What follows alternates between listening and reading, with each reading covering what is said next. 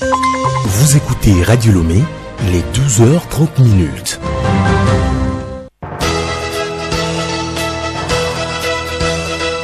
Le journal Bénédicte Kanda. Merci de votre fidélité à la station du plaisir. Madame, Monsieur, bonjour. Voici les titres du journal. Une conférence sur les principes fondateurs du journalisme se déroule ce mercredi à l'endroit des étudiants en journalisme. Ils abordent notamment la réglementation de l'accès à la profession. Aujourd'hui, 8 juin, c'est la journée mondiale des océans. Au Togo, les acteurs du littoral ont été sensibilisés sur la protection durable des mers. À suivre également le magazine Santé Plus. Il s'agit des dispositions pour se protéger contre la variole du singe. Et puis sport, athlétisme, Lomé accueille cette année le tout premier marathon international de la paix. Dans ce journal, les précisions de Milek Agoku. Radiolomé.tg. Bienvenue à tous. Le monde célèbre aujourd'hui la journée des océans. À cet effet, il est organisé ce matin à Lomé un atelier de sensibilisation sur la protection durable des mers et des océans, un gage pour l'économie maritime à l'endroit des acteurs du secteur littoral. C'est une initiative du Haut Conseil pour la mer. Pacom Johnson. Le littoral est très attrayant, mais aussi très fragile. Il s'agit pour le Haut Conseil pour la mer de sensibiliser les uns et les autres sur les bonnes pratiques afin de préserver les mers et les océans des dégradations. Larry Penn, chef cabinet du HCM. Compte tenu de son importance, les Nations Unies ont pensé qu'il fallait instituer une journée mondiale des océans. Et cette journée mondiale des océans vient rappeler que nous devons prendre soin de la mer, parce que cette mer est une mer nourricière. Mais le constat est que cette mer est fragile. On peut même dire aujourd'hui que cette mer est en danger, compte tenu des déchets que nous observons sur nos plages. Il est également question d'encourager les acteurs du domaine maritime à une action collective pour les océans. Le Togo, depuis 2014, sous les auspices du chef de l'État, a pris des initiatives en créant l'organisme national chargé de l'action de l'État en mer. Cet organisme fédère plusieurs administrations, plusieurs acteurs qui travaillent de concert pour mener des activités en vue de protéger cette mer, parce que cette mer recèle beaucoup d'opportunités en matière de potentialité qui existent actuellement. Le thème mondial de cette année est la revitalisation, action collective pour l'océan. Les étudiants de l'Institut des sciences de l'information, de la communication et des arts, ISICA, participent depuis ce matin à l'auditorium de l'Université de Lomé à une conférence sous forme de cours d'approfondissement et de perfectionnement. Grâce Goto.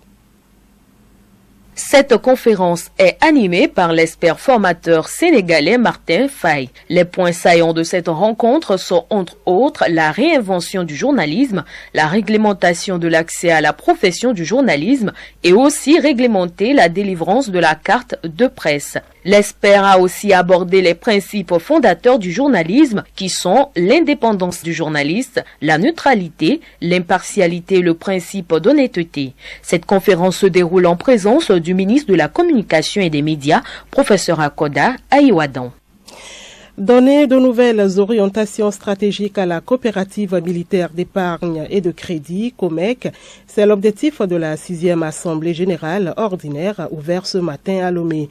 Créée en 2015, cette microfinance a pour objectif de permettre aux militaires de rehausser leur pourvoir d'achat. Selon le directeur général, le lieutenant-colonel Moumouni Abdel Latif, les résultats sont à la hauteur des espérances. C'est une obligation de la réglementation. À la fin de chaque exercice clos, on doit pouvoir soumettre les comptes. Il y aura d'autres résolutions qui seront soumises à l'Assemblée générale pour vote dans le cadre de l'amélioration des services offerts aux adhérents. L'exercice 2021 a été clos avec un résultat excédentaire. C'est un résultat très positif. Les crédits accordés aux adhérents ont connu une augmentation de 14%, ce qui est une très bonne chose. Aujourd'hui, nos clients nous font pleinement confiance. Et je peux vous assurer que ce que nous collectons comme dépôt auprès des adhérents, ce n'est pas petit. D'autres agences sont ouvertes à l'intérieur du pays, notamment à Mango. La conférence internationale sur le karité se poursuit à Lomé. Les acteurs réunis en présentiel et en ligne réfléchissent aux stratégies à mettre en place pour mieux répondre à la demande sans cesse croissante du karité. Il s'agit également de valoriser les produits dérivés de cette matière. Quelles sont les différentes manières d'utilisation du beurre de karité? Quelques participantes s'expriment. Le beurre de karité, on utilise ça en 2 temps. Il y a la consommation, on peut manger ça, on peut utiliser ça pour les produits cosmétiques, pour les cheveux. Ça rend très belle la peau, ça rend ça lisse et c'est très bon pour la santé aussi. Quand tu reviens du chantier fatigué, tu te doutes, tu passes le beurre de karité, tu vas voir que le lendemain, tu vas te réveiller bien, tu t'étires très bon. Nous, chez nous par exemple, au nord du pays, on l'utilise pour la consommation. Juste, on le chauffe, tu peux mettre quelques beignets dessus pour faire partir l'odeur du beurre. Et après, tu le conserves quelque part et tu le puises un peu pour les sauces tomates et autres là. Donc, on conseille les gens à utiliser les dérivés du beurre de karité. Une personne âgée est un individu de 75 ans et plus présentant des attributs physiologiques et sociaux de la vieillesse.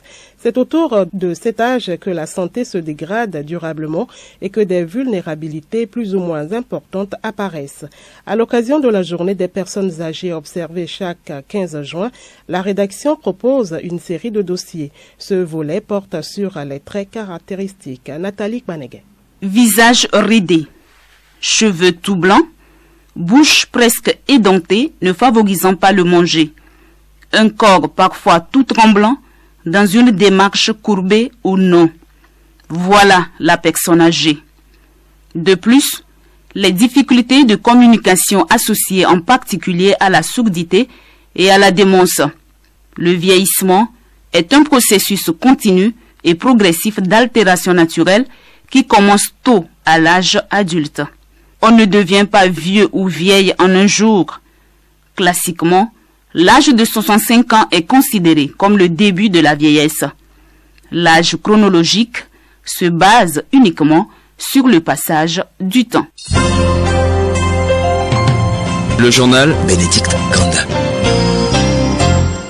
Dans l'actualité internationale, la crise malienne, après l'annonce faite par la junte, la CEDEAO a réagi en quelques lignes et annonce regretter que la décision ait été prise durant les négociations. Les dirigeants de l'organisation sous-régionale continuent à préparer comme prévu 3 juillet prochain le sommet d'Accra. Bientôt, l'ancien président nigérian Goodluck Jonathan, médiateur de la CEDEAO pour le Mali, va reprendre son bâton de pèlerin pour rencontrer plusieurs chefs d'État de pays membres de l'institution ainsi que les autorités maliennes. Objectif, obtenir un consensus sur le dossier malien. Le roi Philippe de Belgique est à Kinshasa depuis hier pour une visite d'une semaine en RDC. Ce mercredi, c'est une journée marathon pour le couple royal. Matinée au mémorial des anciens combattants, puis au musée national où le roi devrait remettre un objet d'art dérobé au Congo, un masque très rare. Philippe et Mathilde auront ensuite un entretien avec Félix et Denise Tshisekedi, puis en début d'après-midi, le président et le roi s'adresseront aux élus de la nation. Le souverain belge, 2 ans après sa lettre au président Tshisekedi, où il exprimait ses regrets pour les blessures de la colonisation, prononcera un discours qui devrait faire date sur ce passé douloureux.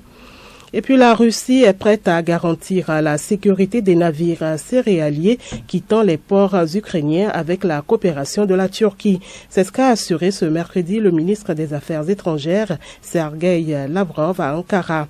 À la demande des Nations Unies, la Turquie a proposé son aide pour escorter ces convois depuis les ports ukrainiens malgré la présence de mines dont certaines ont été détectées à proximité des côtes turques dans le contexte de l'invasion russe de l'Ukraine. Sans transition, le magazine Santé Plus de ce mercredi nous parle de la variole du singe, un virus qui menace ces derniers temps l'humanité. Cette maladie infectieuse et contagieuse sévit déjà en Europe et dans plusieurs pays africains. Comment s'infecte-t-on et comment s'en prémunir? Les réponses dans cette production d'Alice Berthe Barandao. La réapparition de la variole de singe a commencé par être signalée vers fin avril 2022 en Europe. Hier, l'OMS signalait que 7 pays africains sont concernés pour le moment. Il s'agit notamment du Cameroun, la Centrafrique, la RDC, le Libéria, le Congo, la Sierra Leone et du Nigeria voisin. Professeur Muniru Salou, virologue et bactériologiste, définit la maladie. C'est un virus qui est là depuis longtemps, un virus à ADN stable, mais ce qu'on craint, c'est des émergences de variants plus virulents. Et donc, on n'est pas à l'abri. En Occident, ces temps-ci, il y a une flambée de cas, certainement les études vont le prouver. Il y a quelque chose du côté du virus qui fait que le nombre de cas augmente ou du côté des humains, quelque chose qui manque. Professeur, comment se transmet la maladie de la variole de singe et quels sont les symptômes à remarquer chez une personne atteinte? Il s'agira donc de la fièvre. On va penser au paludisme, surtout que c'est la période des pluies. Douleurs diffuses, notamment des céphalées, des douleurs musculaires. Chez certaines personnes, on va avoir des ganglions au niveau du cou ou sous le menton ou parfois au niveau des aisselles ou au niveau de l'aine. Et la personne va avoir également parfois des douleurs au niveau de la gorge. Ça, c'est la phase de début. On aura, si les personnes qui sont donc de peau claire, des taches rouges sur la peau qu'on appelle des macules. 2 jours après maximum, ces taches rouges vont être surmontées d'un petit bouton dur et quelques jours encore après, ces papules-là qui sont des taches dures comme une tête d'épingle vont se remplir d'un liquide clair. Et après cela, va devenir un liquide purulent et va devenir donc une pustule. Passé cette étape maintenant, l'éruption cutanée va commencer par vieillir, flétrir et ça va commencer par se dessécher et ça va tomber. La peau va desquamer. Pendant cette période, la personne est très contagieuse et va éliminer le virus dans les sécrétions respiratoires, des muqueuses, donc voire génitales, des vésicules qui sont riches et contiennent abondamment les virus. Quand on parle de maladies qui peuvent se transmettre par les gouttelettes respiratoires, cela rappelle également les mesures barrières, à savoir le lavage des mains. L'automédication doit être évitée. Je rappelle que nous n'avons pas à ce jour un seul cas de variole du singe dans notre pays. Tout ce qui se fait aujourd'hui, c'est dans le but de préparer les équipes à une éventuelle riposte si cela arrivait. Quand vous avez quelqu'un qui a des éruptions généralisées sur le corps, il faut alerter toutes les formations sanitaires, il faut alerter le centre de prise en charge dédié qui est l'hôpital CHR Lomé Commune. Rendez-vous mercredi prochain pour savoir si il existe un traitement contre la variole de singe ou pas. Sport à présent, athlétisme, la Fédération togolaise d'athlétisme annonce le premier marathon international de la paix à Lomé. C'était lors d'une rencontre de signature de convention avec Tendance Events au ministère des Sports. Milek Agbokou. Tendance Events et la Fédération togolaise d'athlétisme créent l'événement. Le premier marathon international de la paix de Lomé sera couru le 3 décembre prochain. Un marathon qui scelle un partenariat dont la signature de convention a eu lieu ce mardi au ministère des Sports et des Loisirs à Lomé. Latifa Goro Kerim Dikeni, directeur général de Tendance Events. En signant cet accord, Tendance Events et ses partenaires comptent faire de ce marathon un événement annuel de référence dans la sous-région d'Allemagne. Cette activité non seulement va booster l'athlétisme au Togo, mais contribuer aussi à la promotion de la paix, du développement des activités événementielles, touristiques, socio-culturelles post-Covid dans notre pays.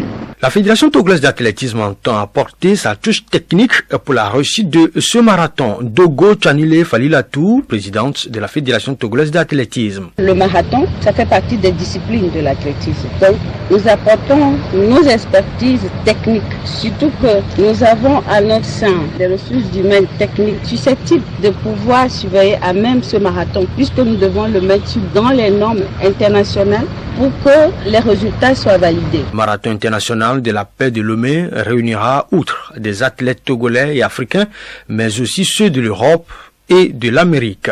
Baptiste Vallée, consultant commercial et communication à Tendance Events. Un événement sportif, mais on a cherché quel sport pourrait rassembler autant de personnes et on s'est juste dit que le marathon, la course à pied, c'était le sport que tout le monde pouvait pratiquer, soit la course, soit la marche. Donc c'était l'événement qu'on a trouvé pour fédérer, rassembler le maximum de personnes. Tout athlète de 7 à 77 ans, même plus encore. On va avoir des athlètes internationaux, on va avoir des athlètes nationaux. On va faire un prix qui sera spécial pour les nationaux. Le ministère des Sports et des Loisirs salue l'initiative de ce partenariat. Sa patronne, Dr Lydie Bessi Kama, que nous écoutons. Cet accord vient à point nommé contribuer et soutenir la politique de paix, de l'unité nationale, du vivre ensemble et d'instauration de relations pacifiques entre les communautés humaines. La société Tendance Events, créée depuis 2016, œuvre dans l'événementiel. Milek Agbokou, les résultats du tirage numéro 48/2022 de l'autosport. Il s'agit des numéros suivants: 02, 04, 05, 11, 13, 22, 24, 35, 39, 43, 44 et 46, soit 12 matchs nuls.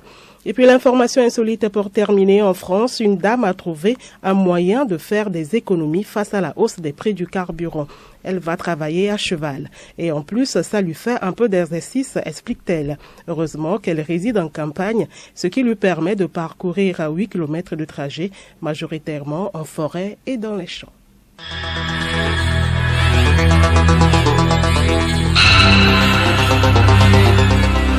Madame, Monsieur, voilà, c'est la fin de cette édition. Merci de l'avoir suivi. Ne quittez surtout pas, nos programmes se poursuivent.